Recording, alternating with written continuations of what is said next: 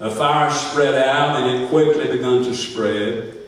And it literally destroyed almost 4 square miles of Chicago, Illinois. Factories were burned. Churches were burned. Residences were burned. Vessels by the river were burned. Things were literally consumed by a raging fire. The man who preached the sermon, he said, and it was very rare and unusual for him, he said, I distinctly remember at the close of that sermon, I did not give opportunity for people to come and pray. One report says that that fire took 300 lives. Another report said because many of the bodies were totally consumed, and because Chicago was so popular and people were coming and going and nobody knew how many people were in the city, many people say that the more probable number of loss of lives was 1,000 people. D.L. Moody made a statement later. He did survive that, though his church building, his house, and the organizations that he had begun were wiped away by the fire. He said, there's something that I noticed when people were scrambling for their lives to flee from the city. He said there was no difference between the rich man and the poor man. He said, I saw them alive. There was no difference. He rushed from the meeting to the house in which he lived. Fire was falling round about him, and he said when he got to his house, he said all around about him, flames were literally flaming up, blazing up 30 feet in the air. He was fortunate enough to get in the house and get his family out and get them with some other people who helped them to flee from that particular horrible fire. He said something else.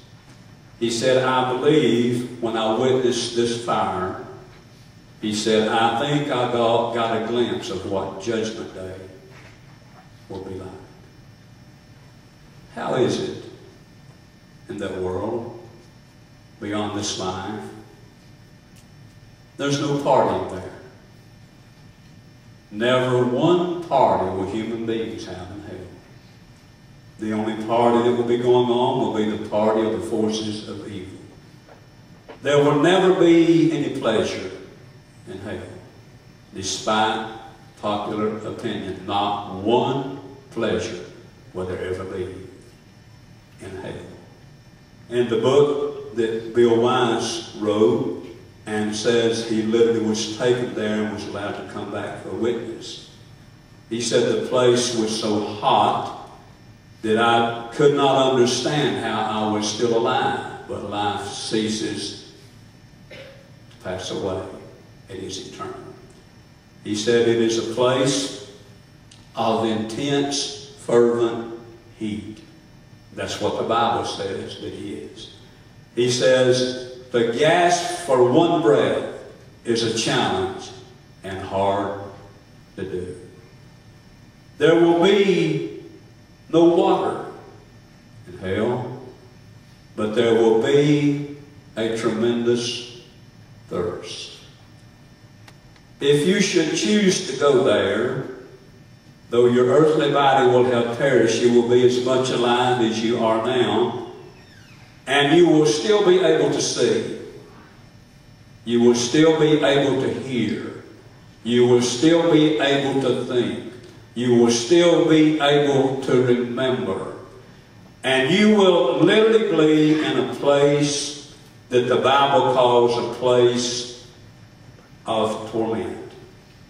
I used this example not too long ago. I'll use it again this morning. Should you choose to take up your eternal residence there, if there should be some foreign power stronger than you, and it should force you, and you had no power over it, it literally had total control over you.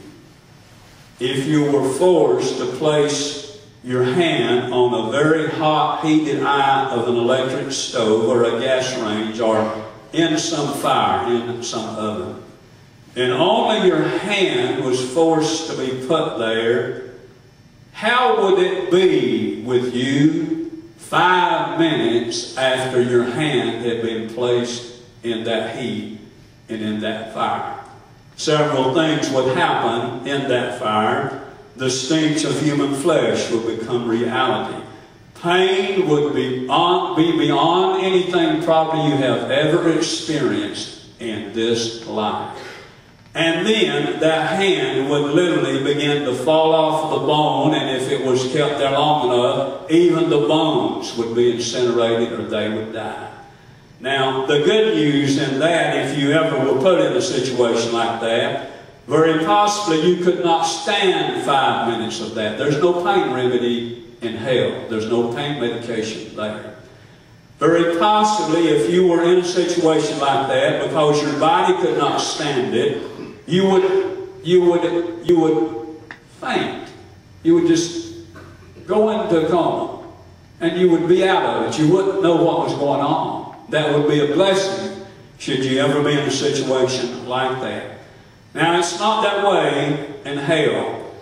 You will not be consumed, but the consuming flames will be terrible, and they will be horrible there. We live in a time when it's very uncomfortable to mention this word again in religious circles. In many church structures today, should a minister of the gospel and a preacher of Jesus Christ, should he go into this avenue and into this area that we call a literal hell, there's a very possibility that there will be some religious people there that it will ruffle their feathers. They will get upset. They won't like the words that the preacher is saying. They'll say, it's too hard. It's too harsh. It goes against the grain. We want what the Apostle Paul said. We want not sound doctrine, but we want doctrine that pacifies the lust of the flesh. That would go on in many religious circles. And religion in areas teaches us that there is no literal hell, that it does not exist. How foolish men are. How deceived mankind is. The Bible says there is a master deceiver. He's been around since the Garden of Eden. He deceived God's two chosen people created in the garden. The Bible says he's the one that deceives the nations. In closing this morning, I'm very concerned about my life. I'm very concerned about the life of my family, and I am very concerned about your lives. I would just love for all of you to live a long life and to live a blessed life. I would want that for every one of you. But there's something we have to relate to, and we have to decide. There is an eternity awaiting each of us. Now, should someone today have to be turned away to this lake of fire, this place where the worm dieth not and the fire is not quenched, and there's weeping and wailing and gnashing of teeth, Jesus said. Should somebody have to go there today, and for sure